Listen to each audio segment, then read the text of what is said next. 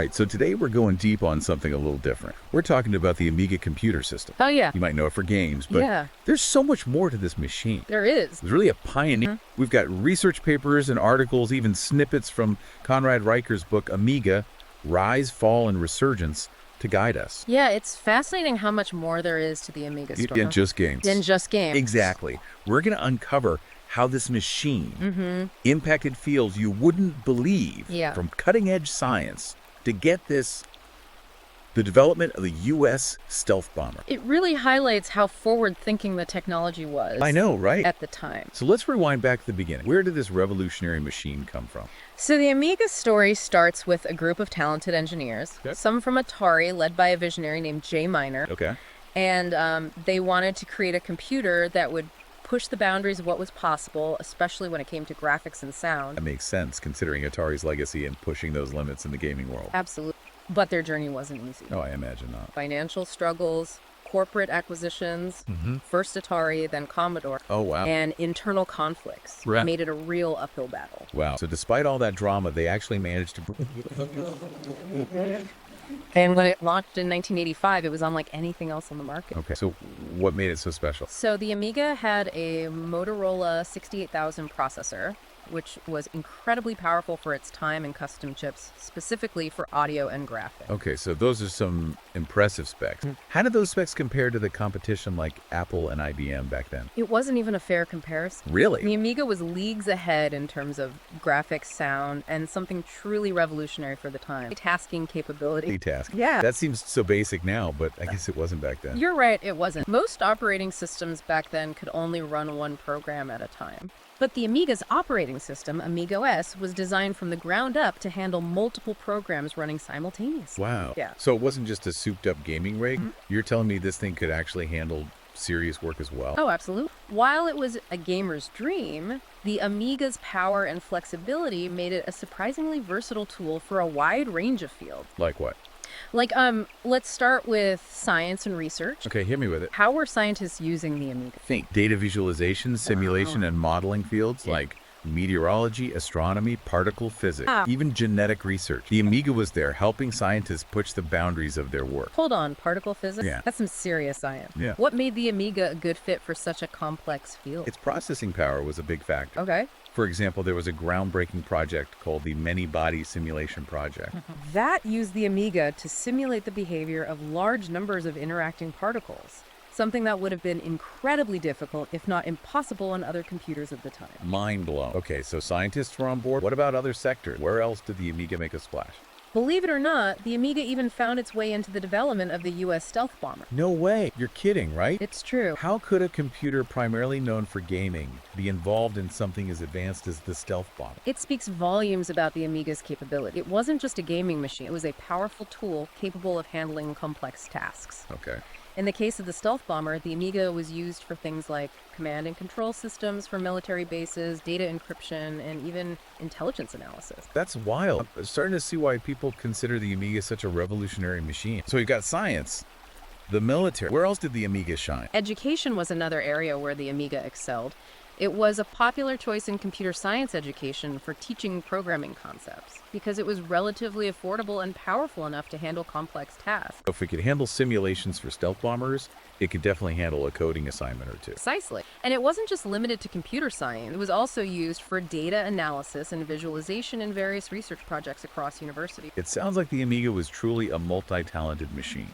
But what about its more creative side? I know the Amiga was a big hit in the arts and entertainment world. Absolutely. The Amiga was a beloved tool for musicians. Really? Even big names like Jean-Michel Jarre and Andy Warhol. Oh, wow. For music composition, sequencing, and production. I can see how the Amiga's advanced sound capabilities would be a huge draw for musicians, especially those working with electronic music. Exactly. And it wasn't just about music.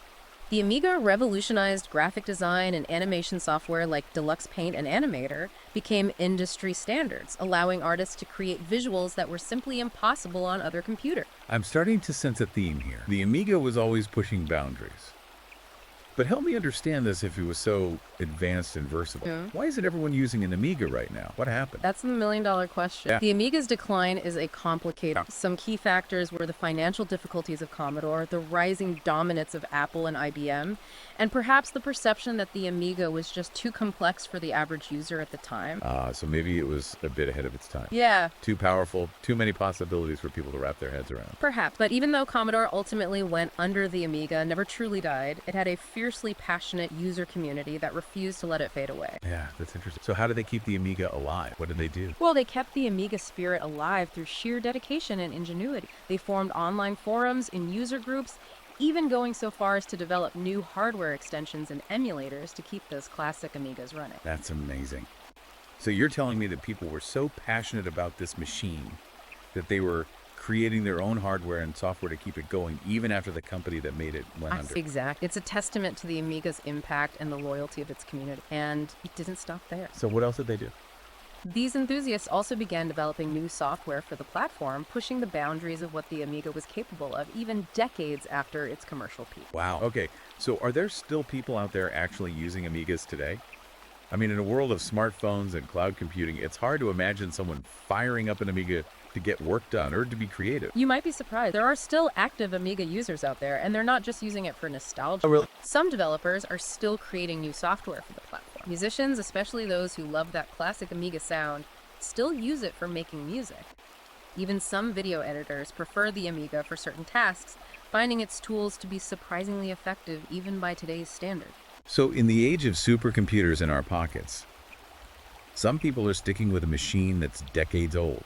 Why is that? What's the appeal? There are a few reasons. For some, it's that classic retro appeal. Think of it like vinyl enthusiasts who prefer the sound of analog records. Okay. There's a certain charm to using older technology, a connection to the roots of computing. I can see that. For others, it's about the community, the shared passion for the Amiga. Right. It's a tight-knit group of people who are incredibly knowledgeable and helpful. I can see that. There's something appealing about that sense of community, especially in a world where technology can sometimes feel very isolated. Right. But beyond that, what about the actual machine? What makes the Amiga hold up even after all these years? The Amiga was designed with an open architecture, which means it was very flexible and easy for developers to tinker with and expand upon. Got it.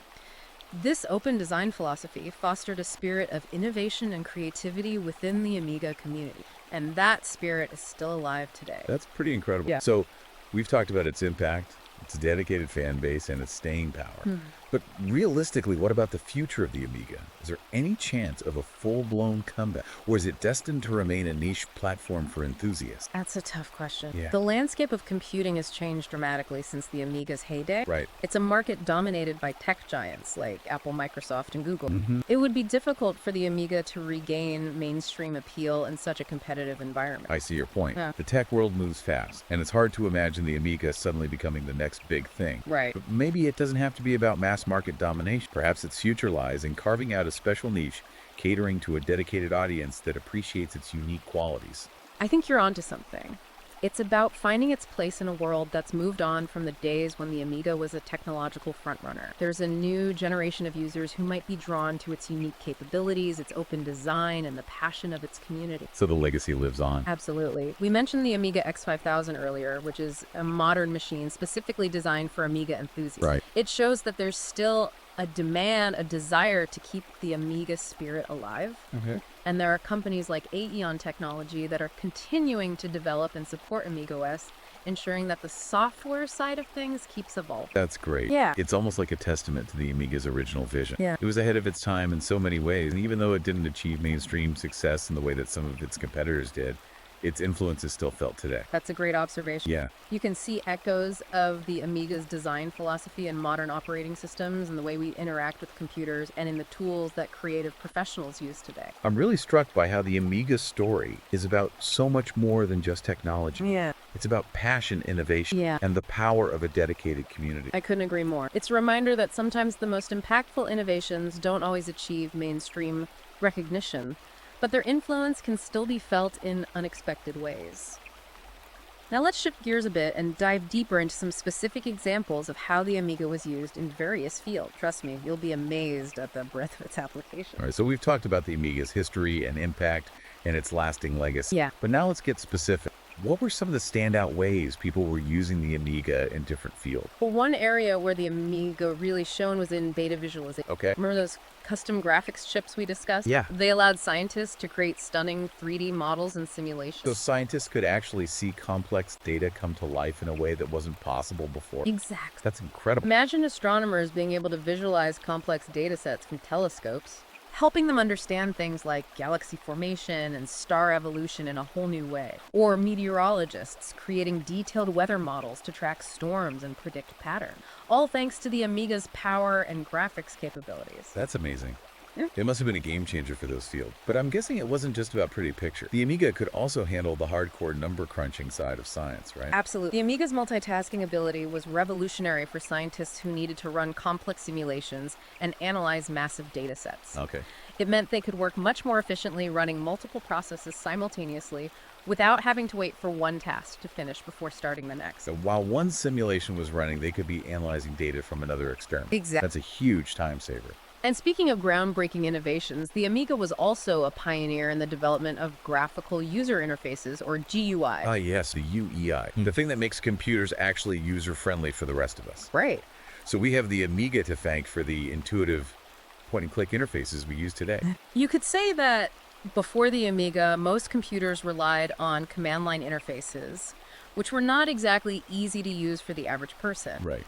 But the Amiga, with its operating system, Amiga OS, introduced one of the first true GUIs. Okay. With Windows icons, mouse, all those things we take for granted today. It's funny how things that seem so basic now were once revolutionary advancements. I guess we sometimes forget how much innovation went into creating the digital world we live in today. That's the beauty of exploring tech history. We get to uncover those forgotten stories, the people and ideas that shape the technology we use every day. Now let's talk about the Amiga's impact on the arts, particularly music. We touched on this earlier, but I'd love to hear more about how musicians were using the Amiga. Well, one prominent example is Jean-Michel Jarre, Okay. the electronic music pioneer. Right. He was an early adopter of the Amiga, using it to compose, sequence, and produce his music. I can see why someone like Jarre, known for pushing the boundaries of electronic music, would be drawn to the Amiga's advanced sound capability. Exactly. Yeah. Those capabilities allowed musicians to create complex soundscapes and textures that were simply not possible with other computers at the time. And it wasn't just limited to electronic music. Right. The Amiga was used across a wide range of genres, from rock to pop to classical. So it wasn't just a niche tool for electronic musicians. Yeah. It was a versatile instrument for